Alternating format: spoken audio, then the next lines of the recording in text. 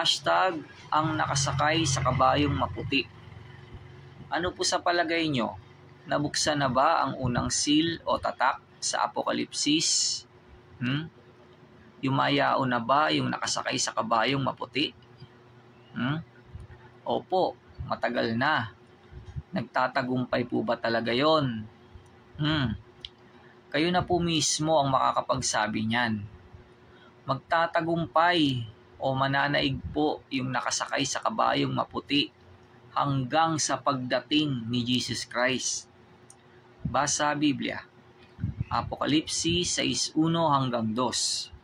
At nakita ko nang buksan ng kordero ang isa sa 7 tatak. At narinig ko sa isa sa 4 na nilalang na buhay na nagsalitang gaya ng tunog ng kulog, halika. At tumingin ako, at narito ang isang kabayong maputi. At yaong nakasakay dito ay may isang busog, at binigyan siya ng isang putong. At siya yumaong nagtatagumpay at upang magtagumpay.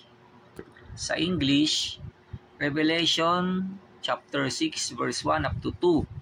And I saw when the Lamb opened one of the seals, and I heard, as it were the noise of thunder, one of the 4 beasts saying, Come and see. And I saw, and behold, a white horse, and he that sat on him had a bow, and a crown was given unto him, and he went forth conquering and to conquer. Daniel 7:21-22. Ako'y tumingin, at ang sungay ding yaon ay nakipagdigma sa mga banal at nanaig laban sa kanila, hanggang sa ang matanda sa mga araw ay dumating, at ang kahatulan ay ibinigay sa mga banal ng kataas-taasan, at ang panahoy dumating na inari ng mga banal ang kaharian.